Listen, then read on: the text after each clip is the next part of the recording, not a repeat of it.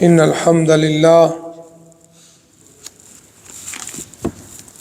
والصلاة والسلام على من لا نبي بعده فأعوذ بالله السميع العليم من الشيطان الرجيم من همزه ونفخه ونفسه بسم الله الرحمن الرحيم لا إكراه في الدين قد تبين الرشد من الغي فمن يكفر بالطاغوت ويؤمن بالله فقد استمسك بالعروة الوثقى لا انفصام لها والله سميع عليم صدق اللہ العظیم۔ دین میں کوئی سختی جبر نہیں، اللہ نے غی گمراہی سے ہدایت کو واضح کر دیا۔ جو طاغوت و شیاطین سے انکار کرتا ہے اور اللہ پہ ایمان لاتا ہے اس نے ایک مضبوط کڑے کو پکڑ لیا ہے، ایسا کڑا جس کا ٹوٹنا نہیں ہے، اور اللہ وہ ہے جو سننے والے اور جاننے والے ہیں۔ حضرات محترم، آج اللہ کی فضل و کرم سے 1447 ہجری کا ماہ مبارک رمضان کا 13واں روزہ ہے۔ اللہ تعالیٰ اس 13ویں روزے کی سحری میں ہمارے لیے، ہماری فیملی کے لیے برکت کثیر نازل فرمائے۔ اور اللہ کا شکر ہے جو اللہ تعالیٰ یہ ایام میری اور آپ کی زندگی میں گزر رہے ہیں۔ سورہ بقرہ کی اس آیت میں اللہ تعالیٰ واضح فرما رہے ہیں ہدایت ہدایت ہے، گمراہی گمراہی ہے۔ گمراہی شیطان کا راستہ ہے، کفر کا راستہ ہے، جہنم کا راستہ ہے۔ رشد ہدایت کا راستہ قرآن و حدیث کا راستہ ہے، اللہ اور اللہ کے رسول صلی اللہ علیہ وآلہ وسلم کا پیغام ہے، توحید اور رسالت ختم نبوت کا نام ہے۔ فرمایا وہ بڑا ہی مرد عورت خوش نصیب ہے جو طاغوت، شیاطین، شرک کی گندگی اور منافقت بدعات کو چھوڑ کر اللہ پہ ایمان لاتے ہیں، وہی کامیاب لوگ ہیں۔ یہ جو ہماری دنیا کی کامیابیاں ہیں یہ عارضی کامیابی ہیں۔ فقد فاز فوزا عظیما، اصل کامیابی آخرت کی کامیابی ہے۔ یہ جو ہم اللہ کی توفیق سے حسنات نیکیاں کرتے ہیں، اگر یہ قبولیت کے درجے کو پہنچ جائے تو صحیح معنوں میں یہ ہماری کامیابی ہے۔ دعا کرو اللہ ہمیں ہمیشہ کی کامیابی عطا فرمائے۔ دوسرا فرمایا کہ فقد استمسک بالعروۃ الوثقی، اللہ نے بڑی خوبصورت یہ تشبیہ اور مثال دی ہے۔ مضبوط کڑا جو ہے، فرمایا جس کے ہاتھ میں آ جائے اور کڑا بھی وہ ہے لا انفصام لہا، کوئی طاقت اس کو توڑ نہیں سکتی۔ اس کڑے سے مراد اللہ نے کلمہ توحید، دین، اسلام یہ مراد لیا ہے۔ جو مرد و عورت توحید پہ ہو جائے سمجھو وہ عروۃ الوثقی کو پکڑ لیا اس نے، جو اسے جنت الفردوس میں لے جائے۔ اور اسی طرح دین کی جو احکامات ہیں، اس طرح قرآن مجید میں آج کل ہم ماشاءاللہ حفاظ کرام سے قرآن سن رہے ہیں، اس میں بعض صورتیں مکی ہیں اور بعض صورتیں مدنی ہیں۔ طلباء کو پتہ ہے کہ مکی صورتوں کے اندر اللہ تعالیٰ نے توحید، رسالت، آخرت اور پہلے انبیاء علیہ السلام ان کی قوموں کے واقعات بیان فرمائے، اس لیے اس کو مکی کہتے ہیں، کیونکہ آقا علیہ الصلوۃ والسلام نے مکے سے توحید کا آغاز کیا۔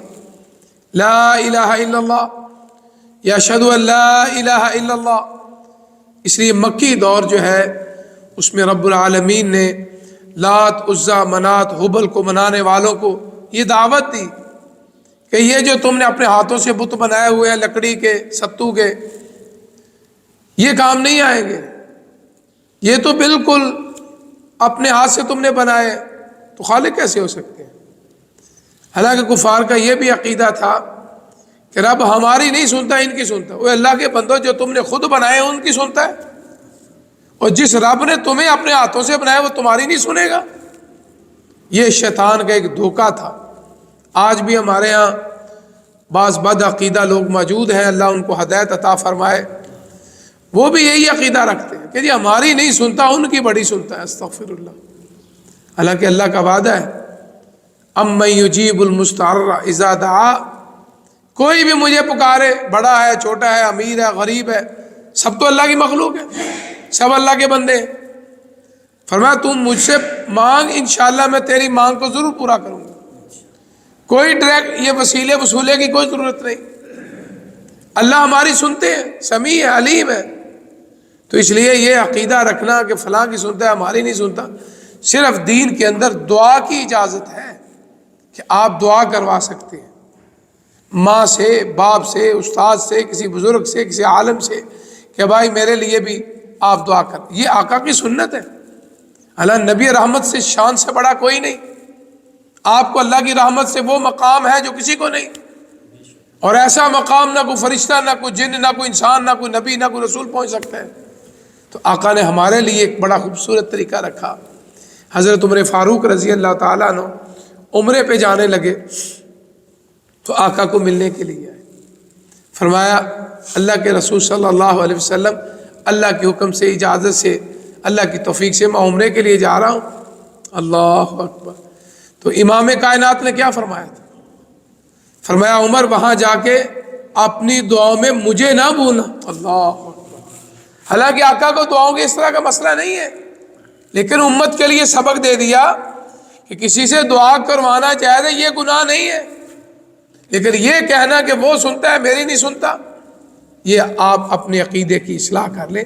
اللہ تو ہر ایک کی سنتا ہے۔ میں نے گزشتہ کچھ دروس کے اندر بتایا تھا، تو اللہ اس کیڑے کی جو پتھر کے اندر موجود ہے، جب وہ رینگتا ہے اللہ اس کے رینگنے کی آواز سنتے ہیں، جب وہ کیڑا مانگتا ہے اللہ اس کو رزق عطا فرماتے ہیں۔ وہ اللہ تو اس کی سنتا ہے، ہم تو پھر بھی آدم کی اولاد ہیں، اس نبی کے ماننے والے ہیں، اس لیے درود پڑھ کے اللہ سے مانگا کرو کثرت سے۔ بلکہ میں نے آپ کو ایک حدیث بھی سنائی تھی، آقا علیہ الصلوۃ والسلام کے ایک صحابی تھے، وہ آقا پر بڑے درود پڑھتے تھے، بہت درود پڑھتے۔ ایک دن آپ کے سامنے بیٹھ گیا، لاڑ میں پیار میں، کتنے خوش نصیب لوگ تھے جن کو اللہ نے ایمان کی حالت میں اپنے محبوب کا دیدار نصیب فرمایا۔ اللہ اکبر۔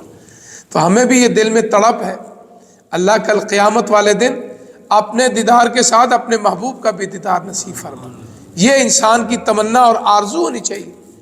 کہتے لگے وہ سامنے بیٹھ گیا، اللہ کے رسول صلی اللہ علیہ وسلم میں آپ کی زیارت بھی کرتا ہوں، آپ کو دیکھتا بھی ہوں، آپ چلتے ہیں بیٹھتے ہیں، ہر ادا آپ کی دیکھتا ہوں، لیکن میں درود آپ پہ پڑھتا ہوں تو میں جب دعا کرتا ہوں تو میرا دل کرتا ہے کہ میں درود ہی پڑھتا رہوں، مانگو کچھ نہ۔ کتنا درود پڑھوں آپ سے؟ آپ نے فرمایا چلو 25%، 50%، 75%۔ صحابی کہنے لگیا آقا یہ بہت کم ہے، میں زیادہ درود پڑھنا چاہتا ہوں۔ تو آپ نے بڑی خوبصورت بات کہی، آپ ذرا غور سے سن لیں۔ فرمایا میرے صحابی، آپ جب ہاتھ اٹھاتے ہو نا اس طرح اللہ کی بارگاہ میں، کچھ نہ مانگو، کوئی دعا نہ کرو، کوئی ضرورت نہ مانگو، صرف میرے اوپر درود پڑھتا جا، انشاءاللہ اس درود کی برکت سے اللہ تیری دعائیں بغیر مانگے قبول فرمائے گا۔ اللہ اکبر۔ اللہ کو تو پتہ نہیں اس کو فلاں چیز کی ضرورت ہے، رزق کا معاملہ ہے، صحت کا معاملہ ہے، بچوں کا معاملہ ہے، بیوی کا معاملہ ہے، بچیوں کا معاملہ ہے، کسی دشمن کی تنگی اور پریشانی کا معاملہ ہے، کسی نظر بد نے مسائل پیدا کیے، کسی جادو ٹونے والے، اللہ کو تو پتہ ہے نا، اللہ ہمارے دل کے ارادوں کو بھی تو جانتا ہے نا، اس کو رب کہتے ہیں۔ تو اس لیے فرمایا میرے صحابی تو میرے اوپر درود پڑھتا رہے، اللہ تیری بغیر مانگے ساری حاجتیں، ساری دعائیں اللہ قبول فرما لے۔ تو اس لیے یہ دین ہے ہمارا بالعروۃ الوثقیٰ۔ اس لیے مکی صورتوں کے اندر اللہ رحمان نے توحید، رسالت، آخرت، انبیاء اور پہلی امتوں کے واقعات سنائے۔ یہ جو مدنی صورتیں، اس کے اندر رب العالمین ارحم الراحمین نے مسلمانوں کی زندگی کے اصول بیان فرمائے، احکامات بیان فرمائے، نماز کس طرح پڑھنی ہے، روزہ ہے، زکوٰۃ ہے، حج ہے، معاشرتی زندگی کے مسائل، یہ اللہ نے مدنی صورتوں میں نازل فرمائے۔ اسی اللہ فرماتے ہیں جس نے اس عروۃ الوثقیٰ مضبوط کڑے کو، قرآن کو، حدیث کو، دین کو، اسلام کو، اللہ اور اللہ کے رسول کے پیغام کو مضبوطی سے پکڑ لیا، لن انفصام لہا، اس کو کوئی توڑ نہیں سکتا۔ جہاں تک وہ پکڑنے والا اللہ اس کو جنت الفردوس میں داخل فرمائیں گے۔ اللہ ہی سنتے ہیں، اللہ ہی جانتے ہیں۔ اللہ مجھے اور آپ کو اس پہ عمل کرنے کی توفیق عطا فرمائے۔ الحمدللہ رب العالمین والعاقبۃ للمتقین۔ اللهم صل على محمد وعلى ال محمد كما صليت على ابراهيم وعلى ال ابراهيم انك حميد مجيد اللهم بارك على محمد وعلى ال محمد كما باركت على ابراهيم وعلى ال ابراهيم انك حميد مجيد اللهم ربنا آتنا في الدنيا حسنة وفي الآخرة حسنة وقنا عذاب النار اللهم اشف مرضانا ومرضى المسلمين وارزقنا وأنت خير الرازقين اللهم إنا نجعلك في نحورهم ونعوذ بك من شر اللہ ہم سب کی جان مال عزت اولاد کی حفاظت فرما، اللہ ہم سب کی حفاظت فرما، ہمارے پیارے وطن وطن عزیز وطن پاکستان کی حفاظت فرما، دنیا کے اندر جہاں بھی مسلمان اللہ آپ کو ماننے والے، آپ کے محبوب کا نام لینے والے، اللہ سب کی غیبی مدد فرما، اللہ سب کی غیبی مدد فرما، اللہ سب کی غیبی مدد، اسلام کے جھنڈے کو اللہ ہمیشہ بلند فرما، اللہ جو اسلام کے جھنڈے کو نقصان پہنچانا چاہتے ہیں، دشمن ہیں، اللہ ان کو سب کو تباہ و برباد فرما، اللہ ان کو گھر بھی تباہ و برباد فرما، اللہ ان کا جو اتحاد ہو چکا اللہ اس کے ٹکڑے ٹکڑے کر دے، مسلمانوں میں اتحاد پیدا فرما، اللہ ہماری غیبی مدد فرما۔ ربنا تقبل منا انک انت السمیع العلیم وتب علینا انک انت التواب الرحیم۔ صلی اللہ علی خیر خلق محمد وآلہ وصحبہ اجمعین برحمتک یا ارحم